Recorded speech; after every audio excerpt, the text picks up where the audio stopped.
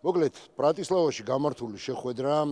მართლაც საოცარი იყო ჩვენთვის თავისი ემოციებით, მატჩის სცენარით, შინაარსით და რა საკვირველია ბიჭების თავდადებული თამაშით, მაგრამ ეს დღე როგორც უკვე აღნიშნე, გარდა იმისა, რომ ჩვენ მნიშვნელოვან წარმატებას მივახციეთ, განსაკუთრებული იყო აი ამ ადამიანისთვის, ნაკრების კაპიტნის, ირაკლი თოდუასთვის, რომელმაც ძალიან მაგარი შეხვედრა ჩაატარა. ბოლომდე იბრძოლა, ბოლომდე იომა, გოლი გაიტანა და რაც თავარია, სანაკრებო კარიერაში 2014 წლიდან მოყოლებული მეასე შეხვედრა ჩაატარა. მართლა წარმოუდგენელი. კი ბატონო, დიდი პატივი არის. დიდი სიამაყე არის ალბათ, რომ ნაკრების მაისურით 100 შეხვედრა ჩაატარო, მით უმეტეს ესეთ მნიშვნელოვანი თამაში დაემთხვა. მე ვამბობდი, რომ ალბათ დაბადების დღე უნდა გადავიტანო 23 სექტემბერს, ხო, იმიტომ რომ ჩემთვის არ ვიცი, მაგრამ თამაშის წინ ვცდილობდი, რომ ამ რაღაც ციფრებზე და რაღაც ჩემს ინდივიდუალურ რაღაცაზე არ მეფიქრა, იმიტომ რომ იმდენად მნიშვნელოვანი თამაში იყო, რომ წარმოუდგენელი იყო რაღაც ინდივიდუალურზე იფიქრო და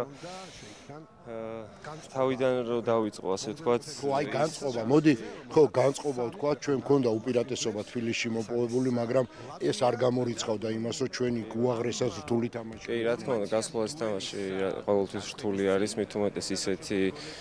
ქვეყნის წინააღმდეგ, როგორც სლოვაკეთი არის, მათ გუნდის ლიდერი უბრუნდებოდათ, ვარსკვლავი ერთ-ერთი და რა თქმა უნდა, ველოდით, რომ განსხვავებული თამაში იქნებოდა,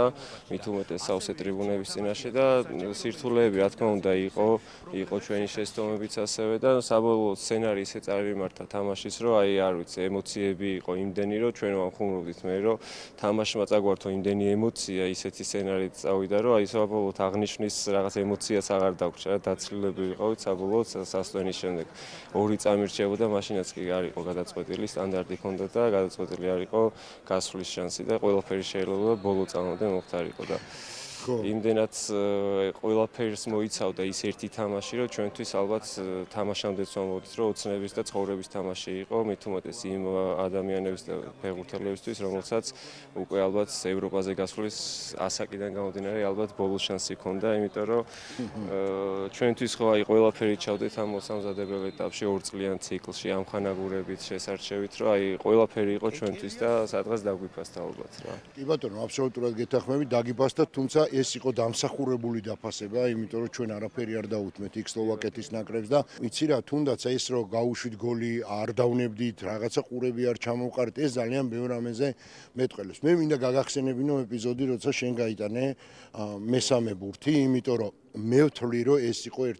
ერთ-ერთი გარდამტეხი მომენტი ამ თამაში, რამაც ჩვენ რეალურად მოგცა შანსი იმისა, რა შანსიც გამოვიყიდეთ. კი, ხო, ნუ მნიშვნელოვანი გოლი იყო, თითეული გოლი სამივე, თუმცა 3-3-ის მერე მაინც გაგვიჭირდა, იმიტომ რომ ეკარის გარეშე შეგვიდეს, იქ ნიუანსები მცირე, რაც ჩვენი შეცდომებით გავიდა გოლი, თუმცა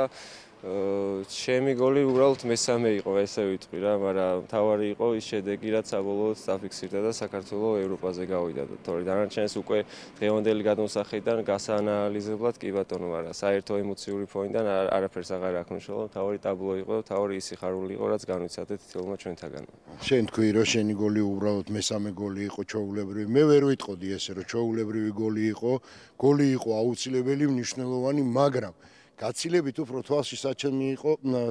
თვალშისაცემი იყო აღნიშნა ამ გოლის, იმიტომ რომ რაღაცა ემოციური ფონი კიდევ უფრო მაღალი იყო შენ. კი, ხო, ნუ რა თქმა უნდა, ჩემთვის აი სადღაც მაგ მომენტში ვიგრძენი ალბათ, ზუსტად ის მეასე თამაშის ყველაფერი ემოციური ფონი, მაგ გოლმა მომიტანა და მანამდე აი თამაშის დროს რა თქმა უნდა ვერავინ ვერ ფიქრობს იმ რაღაც დატვირთვებზე და ემოციურ იმაზე. მაგ გოლმა მომიტანა წამიერთ, მაგრამ თამაში მიდიოდა ჩვეულებრივად და უბრალოდ იმ მომენტში ყველაფერი ერთად მოვიდა თამაში და ანუ უდიდესი ემოცია იყო, რომელსაც არ ვიცი, ვერც ვინატრებდი ალბათ ზღაპარში და ძილშიც ვერ ვინატრები სიზმარში, რომ ესე დაალაგებული იყო ჩემი კარიერაში ყველაფერი და ბედნიერი ვარ ამით, რა თქმა უნდა. რა ხდებოდა შენში მსაჯის საფინალო სასტვენის შემდეგ, მით უმეტეს რომ ბოლო წუთები უაღრესად რთული იყო, ბოლო 2 წამიც კი უაღრესად რთული იყო, როცა სტანდარტული ჰქონდა და კუთხურს აწვდიდი. კი, ხო, აი წეგანაც აღნიშნე, რომ აი ორ წამშიც კი იყო შანსი ყველაფრის საპირისპიროდ რომ დატრიალებულიყო და საბედნიეროდ ყველაფერი მშვიდობით დამთავრდა და გავედით. აი სასტვენის მერე უკვე არ ვიცი, ემოციები მერე ვნახეთ კადრები და რამდენიმეს არც გვახსოვს იქ რაღაც მოწელები დავეცით. უბრალოდ აი ემოციებისგან მართლა დაცილები ვიყავით, იმდენად დიდი მნიშვნელობა ჰქონდა ჩვენთვის ამ თამაშსაც და თამაშის სცენარმა კიდე ერთხელ ვიტყვი, რომ აი თამაშის სცენარმა ყველაფერი, ყველანაირი ემოცია წაგვართვა, ენერგიაც ყველაფერი და უბრალოდ ბედნიერების შეგრძნება იყო, სხვას ვერაფერს ვერ ვიტყვი. და ფოტო, რომელიც გამოქვეყნდა, როდესაც გუნდსაა გაკეთებული 100 და შენ გეხარ მოედნის ცენტრში. ჯერ ერთი ძალიან სწორი და ულამაზესი სცენა იყო ეს ყველაფერი, მაგრამ შენთვის ალბათ კიდე უფრო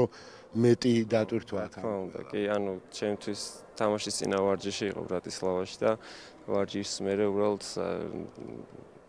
დამაყენეს ასე თქვა და იდეის ავტორები სტაფიდან იყო და ჩემთვის რა ამაყი ვარ და ბედნიერი ვარ, რომ იმ ბიჭების დამსახურება, რა თქმა უნდა, რომ ის ჩემი ასე თამაში ზუსტად იმ დღეს და იმ უმნიშვნელოვანეს მატჩს დაემთხვა და არა ვთქვათ რომელიმე რიგით ამხანაგურს, იმიტომ რომ არ მივიჩნე რომ რაღაც ეს ერთი, რა თქმა უნდა, ჩემი ბედნიერება არის, მაგრამ არ მივიჩნე რომ რაღაცა მხოლოდ ჩემი არის, ეს მთელი ნაკრების დამსახურება არის და იმ გზის წერტილი იყო ერთ-ერთი მნიშვნელოვანი, რომელიც ევროპაზე გაგვიყვანა რომელმაც და მივიჩნე რომ ეს საერთო წარმატება არის და ბიჭები მოდიან თოფურია ბუკია, რომელსაც 1 და 3 თამაში, იგივე 100 თამაში შეუსრულდება ცეფის კვირაძეს უკვე 109 თამაში აქვს, მთავარ მწვრთნელს 123 აქვს თუ 127 და ანუ ეს არის რომელიც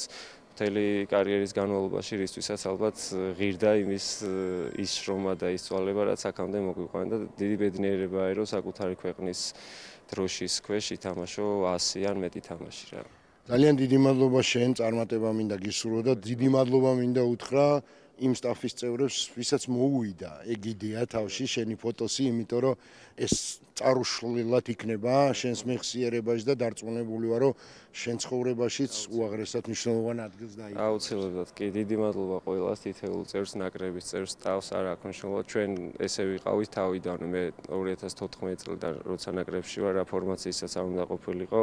ყოველთვის ვცდილობდით, რომ რაღაც ერთ ოჯახად ქცეულიყავით და ბოლოს 3 ევროპის ჩემპიონატის პლეი-ოფი 2 ვითამაშეთ, ერთზე გავედით, ეხლა მეორეზეც გავედით და ანუ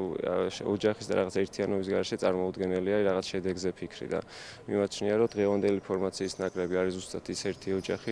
სადაც თითოეულ ჩვენთაგან სიამოვნებს ყოფნა, სიამოვნებს ერთად რაღაცეების თუნდაც ერთად დროის გატარება იქნება ეს შეკრებაზე თუ თამაშზე გვერდ-გვერდ ბრძოლა და ანუ ბედნიერება არის რომ ამ ბიჭების გვერდით მომიწია მე ასე თამაშის თამაში და ბედნიერი ვარ ყველაფრით რა თქმა უნდა და პირველ რიგში იმით რომ საქართველოს დროშა კიდევ ერთხელ განმეორდები რომ ევროპულ ასპარეზზე იქნება. ძალიან დიდი მადლობა და წარმატება შენ უკვე ევროპის ჩემპიონატზე.